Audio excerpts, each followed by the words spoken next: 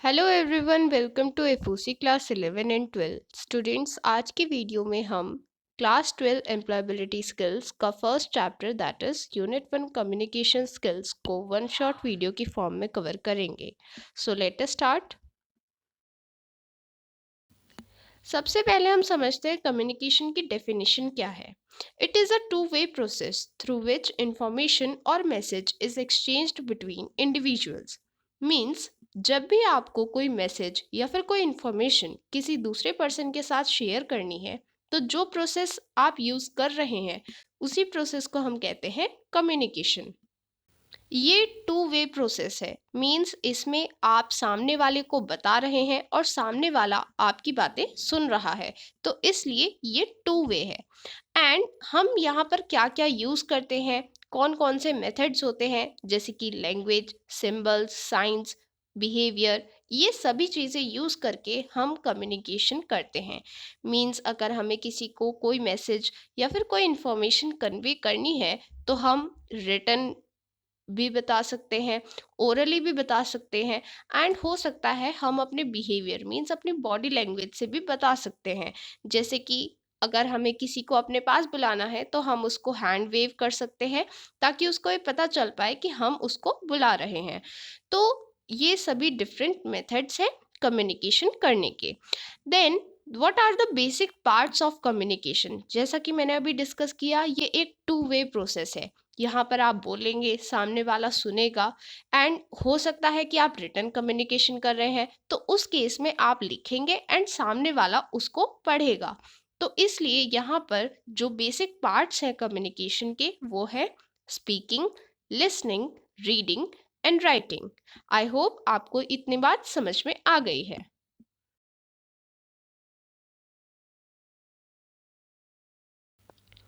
This diagram is very important to understand the elements of communication. Means अगर हम communication कर रहे हैं तो वहाँ पर कुछ main elements होते हैं, जैसे कि sender, receiver, channel and feedback। तो यहाँ पर सेंडर वो पर्सन या फिर वो डिवाइस है जिससे मैसेज या फिर इंफॉर्मेशन सेंड की जाएगी। देन रिसीवर वो पर्सन या फिर वो डिवाइस है जो कि उस इंफॉर्मेशन या मैसेज को रिसीव करता है। एंड यहाँ पर जो बीच में एक मेन रोल प्ले कर रहा है वो है चैनल, जो कि सेंडर एंड रिसीवर के बीच में होता है, ताकि उन दोनों के बीच कम्युनिकेशन प्रोसेस हो पाए। एंड अगर चैनल नहीं होगा तो कम्युनिकेशन पॉसिबल नहीं है। इसके एग्जाम्पल के लिए आप समझ सकते हैं, अगर आप अपने घर से किसी को कॉल करना चाहते हैं, तो आप सेंडर हैं, आप अपनी इंफॉर्मेशन सेंड करना चाहते हैं, एंड जिसको आप कॉल करना चाहते हैं वो रिसीवर है। बट यहाँ पर मेन चैनल क्या है?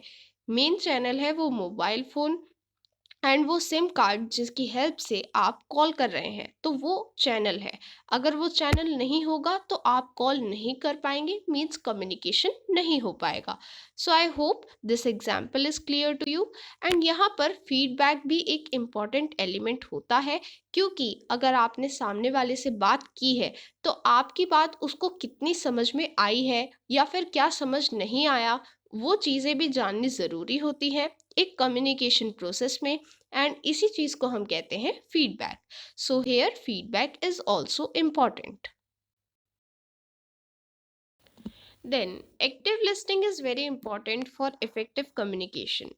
And the various factors that affect active listening are eye contact, gestures, avoiding distractions, and giving feedback. Means अगर आप एक्टिव लिसनिंग कर रहे हैं, मीन्स आप किसी की बातें प्रॉपर सुन रहे हैं, समझ रहे हैं, तो उसके लिए आपको आई कांटेक्ट मेंटेन रखना है। देन आपके गेस्चर्स प्रॉपर होने चाहिए, मीन्स आप अननेसेसरीली मूवमेंट ना करें। अवॉइडिंग डिस्ट्रैक्शंस मीन्स आपको कोई भी डिस्ट्रैक्शन अवॉइड करनी है, जैसे कि आपको किसी से बोलते टाइम अपना मोबाइल यूज़ नहीं करना है, इधर उधर देखना नहीं है, ये सभी डिस्ट्रैक्शंस अवॉइड करनी है। देन गिविंग फीडबैक मीन्स अगर आपने किसी के साथ बात करी है एंड वो पर्सन, इन केस वो फॉर्मल कम्युनिकेशन है, तो आपको उसे फीडबैक देना चाहिए कि ये कम्युनिकेशन आपके लिए कितनी बेनिफिशियल थी, आपको इससे क्या सीखने को मिला। एंड इन केस अगर आपका फीडबैक नेगेटिव है, मीन्स कोई ऐसी बात थी जो कि आपको उस कम्युनिकेशन में पसंद नहीं आई, तो वो आपको इस तरह से बतानी चाहिए कि सामने वाला पर्सन ऑफेंड ना हो. So these four are the factors that affect active listening.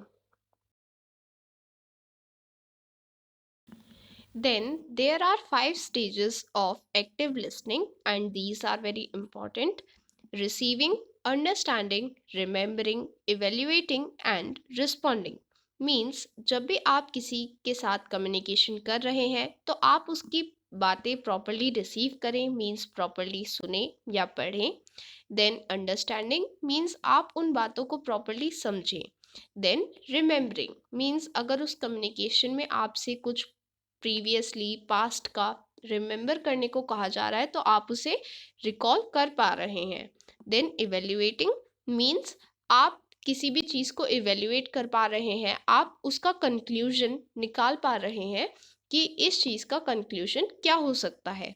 Then responding means अगर सामने वाले ने आपसे कुछ क्वेश्चन पूछा है, किसी चीज़ का रिस्पॉन्स मांगा है, तो आप वो रिस्पॉन्स दे पा रहे हैं as a feedback or as an answer. So, these are the five stages of active listening.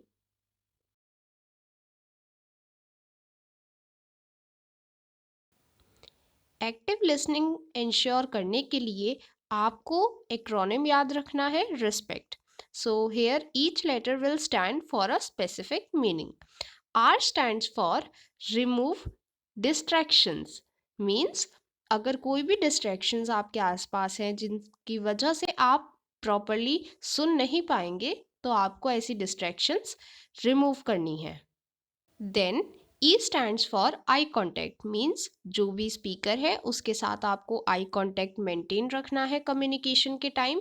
Then S stands for showing gestures. Means आपको प्रॉपर गेस्चर्स शो करने हैं जिससे ये पता चल पाए कि हाँ आप एक्टिव लिसनिंग कर रहे हैं, मीन्स आप अटेंटिवली स्पीकर को सुन रहे हैं. Then P stands for paying attention. Means जो भी स्पीकर बोल रहा है आप उसको अटेंटिवली सुन रहे हैं एंड उस पर फोकस कर रहे हैं जो भी स्पीकर कह रहा है. Then E stands for empathise. Means जो भी स्पीकर के इमोशंस हैं आप उन्हें समझ पा रहे हैं, आप सिर्फ स्पीकर को सुन नहीं रहे हैं बट उसका पॉइंट ऑफ व्यू भी समझ रहे हैं. So you have to empathise. Then C stands for clarify doubts. Means अगर आपको कोई क्वेश्चंस है, आपको कोई डाउट है तो आप वो पूछ रहे हैं, आप अपने डाउट्स क्लैरिफाई कर रहे हैं. Then T stands for tune yourself. Means ऐसा नहीं है कि स्पीकर के बोलने से पहले ही आप क्वेश्चन पूछने लगे. पहले आप स्पीकर को प्रॉपरली बोलने दें, फिनिश करने दें एंड देन आप अपने क्वेश्चंस, अपने डाउट्स पूछें. एंड जब आपकी टर्न हो आप तभी बोलें. So you have to tune yourself to the timing of the speaker. Then, what are the barriers that can affect active listening? These are being preoccupied. Means हो सकता है कि आप पहले से किसी काम में इन्वॉल्व हैं जिस वजह से आप एक्टिव लिसनिंग नहीं कर पा रहे हैं. Then noise and visual distractions.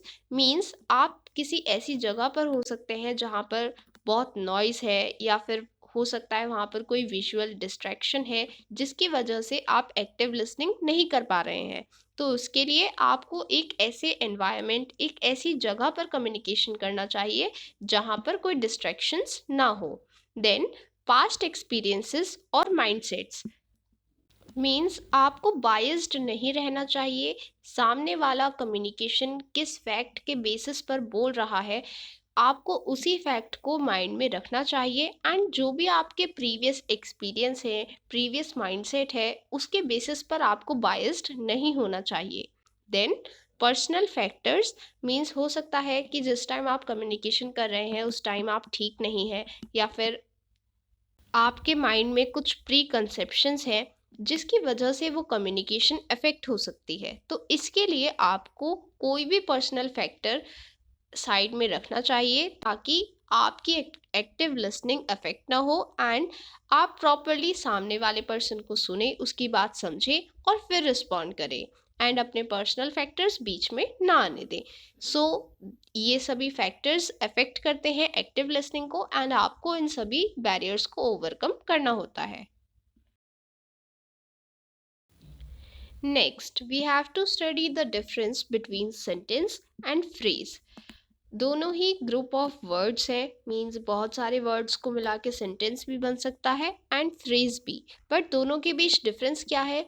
Sentence एक ऐसा ग्रुप होगा वर्ड्स का जिससे हम कंप्लीट मीनिंग इंडिकेट कर सकते हैं, बट फ्रेज सिर्फ ग्रुप होगा वर्ड्स का, बट उससे हम कंप्लीट मीनिंग नहीं इंडिकेट कर पाएंगे। उस ग्रुप ऑफ वर्ड्स का मीन्स फ्रेज का कोई कंप्लीट सेंस नहीं बनता है। So this is the difference between sentence and phrase. Then capitalization rules. अगर हमें ये याद रखना है कि हमें कहाँ पर कौन सा लेटर कैपिटल करना है, उसके लिए हमें एक एक्रोनिम याद रखना है, means here M stand for months, means जितने भी मंथ्स के नेम हैं वो सब कैपिटल लेटर्स में लिखने होते हैं। Then the letter I, means जो हम खुद के लिए यूज करते हैं इंग्लिश में, that letter is always capital I. Then N stands for names, means अगर हमें किसी भी पर्सन का नेम, प्लेस का name, river, seas, ocean, mountain, island, days, इन सब के नेम्स मेंशन करने हैं, सो उसके लिए हम कैपिटल लेटर यूज करेंगे। Then T stands for titles, means अगर हमें किसी पर्सन के आगे कोई टाइटल मेंशन करना है जैसे कि डॉक्टर, मिस्टर, मिसेस, सो इन सभी का फर्स्ट लेटर हम कैपिटल लिखते हैं। Then S stands for starting letter of sentences. ये तो ऑब्वियस है, जब भी हम कोई भी न्यू सेंटेंस स्टार्ट करते हैं तब हम उसका फर्स्ट लेटर कैपिटल रखते हैं। सो this is the acronym means for remembering the capitalization rules. आपको इस चैप्टर की सारी बैक एक्सरसाइजेस के क्वेश्चन सॉल्व करने हैं, क्योंकि उसी टाइप के क्वेश्चन आपके एग्जाम में आते हैं। एंड अगर आपको उससे ज़्यादा प्रैक्टिस करनी है तो आप सैम्पल पेपर बुक से प्रैक्टिस कर सकते हैं। Supporting parts of speech, basic parts of speech, punctuation mark, ये सभी ऐसे क्वेश्चन हैं, इनसे बेसिक क्वेश्चन बनेंगे जैसे आपकी बैक एक्सरसाइजेस में गिवन है। जैसे कि मैंने आपको स्क्रीन पर शो किया है, इस टाइप के क्वेश्चन आपके एग्जाम में पूछे जाएंगे। सो सेंटेंस की डेफिनेशन हमने डिस्कस कर चुकी है।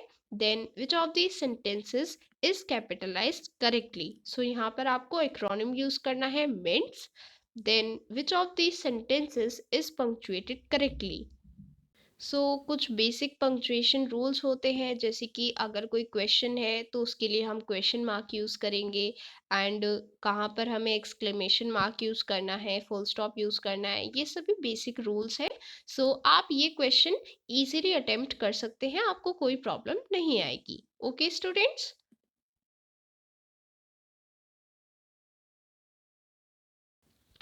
Whenever we are talking about the parts of a sentence, then there are three parts: subject, verb, and object. Subject is that person or thing that performs an action. Means जो भी चीज action perform करेगी वो होता है subject. Then verb means जो भी action perform हो रहा है उस action को हम verb से describe करते हैं. Then object मीन्स वो पर्सन या फिर वो थिंग जो कि उस एक्शन को रिसीव कर रही है वो होता है object. So there are three part: subject, verb and object.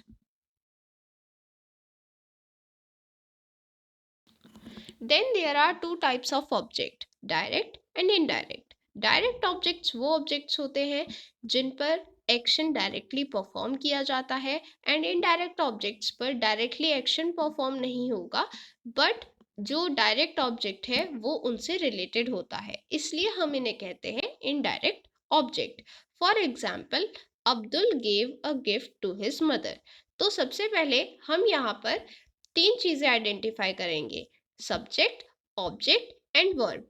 तो यहाँ पर सब्जेक्ट क्या है? जो चीज एक्शन कर रही है, मीन्स अब्दुल। अब्दुल वो पर्सन है जो कि एक्शन परफॉर्म कर रहा है, एंड यहाँ पर एक्शन क्या है? एक्शन है गिव, मीन्स देना। तो यहाँ पर जो ऑब्जेक्ट है वो टू टाइप्स के हो गए। A gift to his mother. अब हम कैसे पता लगाएंगे कि यहाँ पर डायरेक्ट कौन सा है एंड इनडायरेक्ट कौन सा है?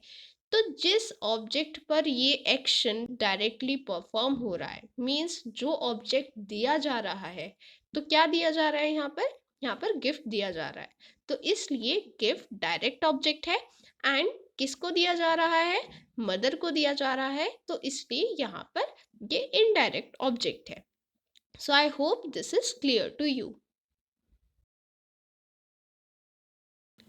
Then there are two types of sentences, active and passive sentences. These are based on the active and passive voice. So हम इनको किस तरह से आइडेंटिफाई करेंगे, उसके लिए हम सबसे पहले एग्जाम्पल लेते हैं। Sanjay broke the glass. यहाँ पर जो सब्जेक्ट है वो संजय है एंड संजय ही एक्शन कर रहा है। बट जो नेक्स्ट एग्जाम्पल है, the glass was broken by Sanjay, यहाँ पर हमने ऑब्जेक्ट को सब्जेक्ट बना दिया है एंड सब्जेक्ट को ऑब्जेक्ट बना दिया है। मीन्स जो एक्शन था वो रिसीव हो रहा है सब्जेक्ट से। मीन्स सब्जेक्ट एक्शन कर नहीं रहा है, सब्जेक्ट एक्शन रिसीव कर रहा है। सो इस केस में ये पैसिव सेंटेंस है। So I hope the difference is clear to you. Then here are the four basic types of sentences. Statement और डिक्लेरेटिव सेंटेंस मीन्स ऐसे सेंटेंस जहाँ पर हम डायरेक्टली कोई फैक्ट बता रहे हैं, कोई स्टेटमेंट बता रहे हैं एंड ये जनरली फुल स्टॉप से एंड होते हैं। देन क्वेश्चन और इंटेरोगेटिव सेंटेंस मीन्स अगर हमें किसी से कोई क्वेश्चन पूछना है तो हम उस सेंटेंस के एंड में क्वेश्चन मार्क लगा देते हैं एंड इस तरह से ये क्वेश्चन बन जाता है। देन एक्सक्लेमेटरी सेंटेंस मीन्स जहाँ पर हमें एक स्ट्रॉन्ग इमोशन एक्सप्रेस करना है, वो होता है एक्सक्लेमेटरी सेंटेंस। देन ऑर्डर और इम्पेरेटिव सेंटेंस मीन्स जहाँ पर हमें किसी पर्सन को कोई ऑर्डर, कमांड, रिक्वेस्ट या फिर एडवाइस देनी है, उस केस में हम इम्पेरेटिव सेंटेंस यूज करते हैं एंड ये जनरली फुल स्टॉप से एंड होता है। Students, we have briefly discussed the whole chapter. Now let us proceed to the back exercises for a better practice of this chapter. First of all, exercises are given on page number 8. So here the first MCQ is, you work at the front desk of a telecom company. Means आपको service provide करनी है at the front desk. सो वहाँ पर एक customer आपके पास आया है and उस टाइम आप काम कर रहे हैं एंड जो कस्टमर है उसको कोई क्वेरी है रिगार्डिंग अ बिल।